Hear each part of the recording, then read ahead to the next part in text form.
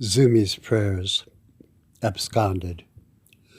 There are missing 666,666 people each year in the United States, and each of us knows the feeling why they left.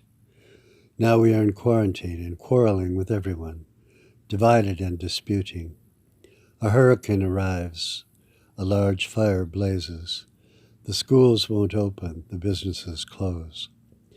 There are reasons to abscond, to not care, to disappear, to not care any more about anything. What will the new number be? Of the number above, blessedly few are very young or very old. No, when we are in our 30s, it is easy to see that our dreams will not come true. Already we are tired of life, and more especially our life. Wasn't it always burdensome to raise children? And now they are hopeless about what their world is to be. So are we. The first time I ran away from home, I was 5 years old. I followed the creek behind my house, north and out of town. A gravel road took me further. Soon I recognized nothing, and the adventure began to disappear. The next morning I was back in my own yard, sitting high in a poplar tree. This would be my new absconsion.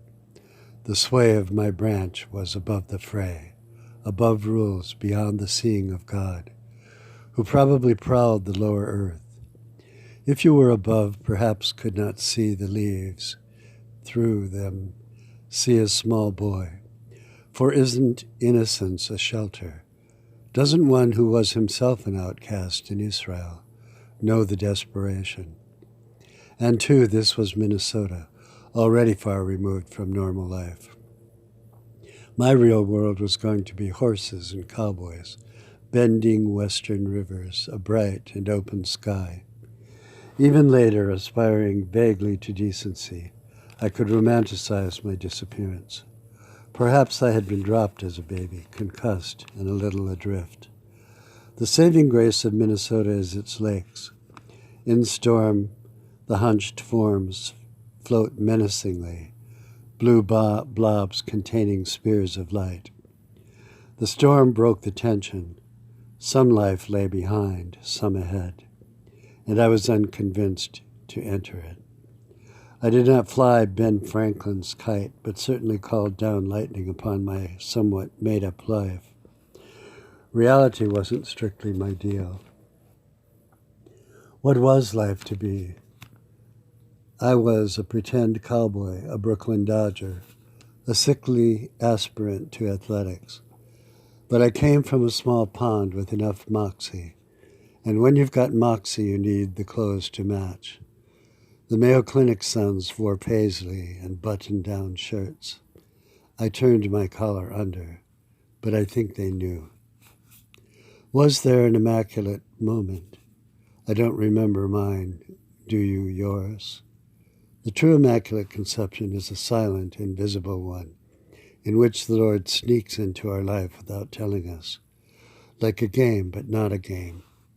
If we had run when we were young, or even now, it shall have been to you. For one day it feels new, a new escape, a life settled without knowingly settling it.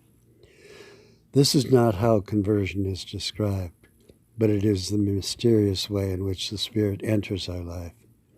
Uninvited, some will shriek. If the Spirit enters, he awaits no invitation from the small sovereignty of my being. It is you who is sovereign.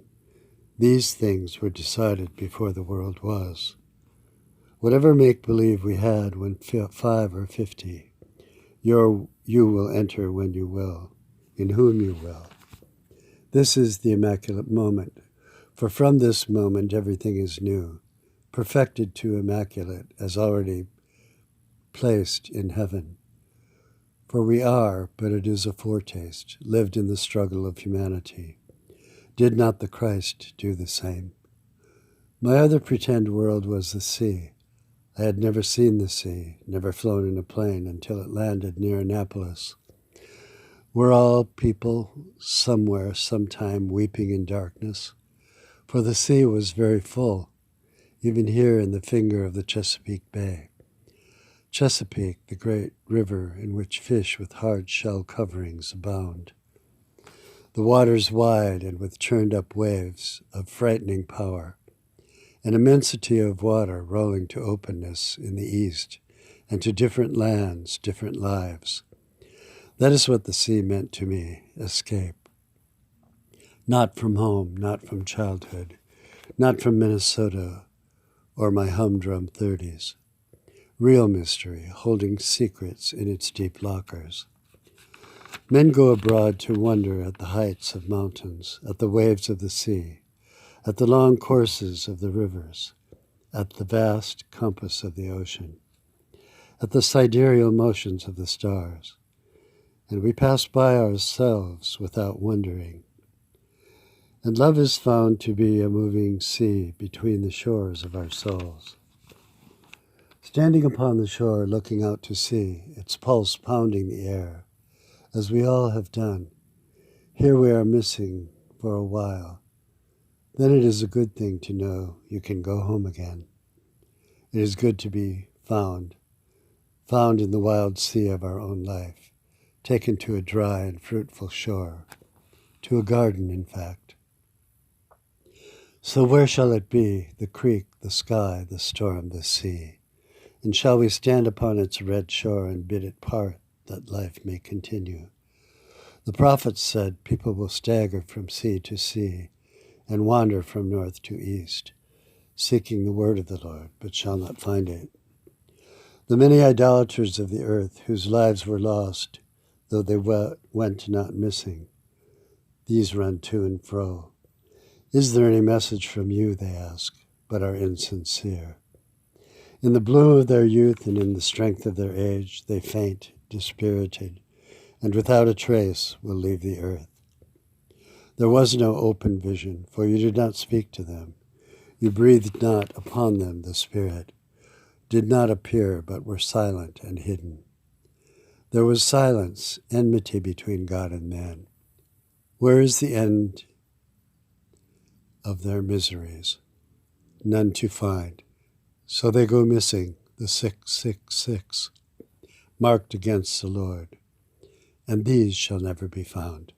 Amen.